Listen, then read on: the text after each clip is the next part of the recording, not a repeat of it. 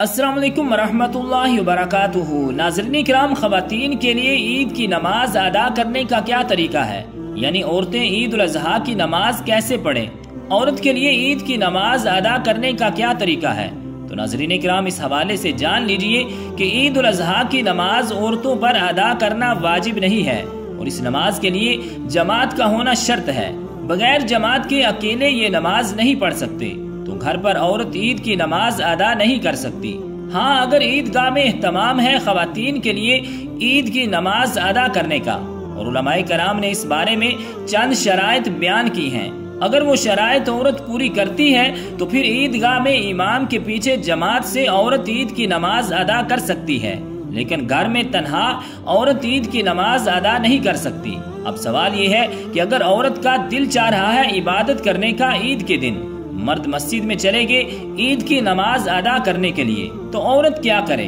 तो इस हवाले से उलमाए कराम बयान फरमाते हैं कि ईद के दिन अगर कोई औरत नमाज अदा करना चाहती है, इबादत करना चाहती है, तो वो चाश्त के नवाफिल पढ़ ले या इशराक की नमाज अदा कर ले, या इसी तरह शुक्राने के नवाफिल अदा कर सकती है। शुक्राने के नवाफिल पढ़ने का तरीका ये है कि सबसे पहले नियत करें कि या अल्लाह, तेरा शुक्र है तूने मुझे जिलहज जैसा अजीम महीना अता फरमाया, तू मेरी इबादत को अपनी बारगाह में कबूल और मंजूर फरमा।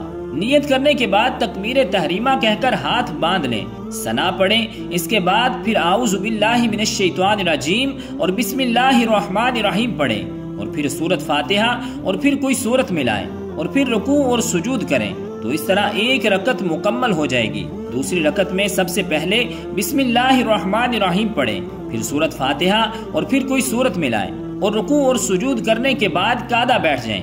उसमें तशहुद, दुरूद और दुआ पढ़कर सलाम फेर दें। तो ये 2 रकत शुक्राने के नफल औरतें ईद के दिन अदा कर सकती हैं, लेकिन ईद की नमाज औरतें घर पर नहीं अदा कर सकती। लेकिन ईदगाह में अगर ख़वातीन के लिए बापर्दा इंतजाम मौजूद है तो शराइत के साथ जमात से इमाम के पीछे औरत ईद की नमाज अदा कर सकती है।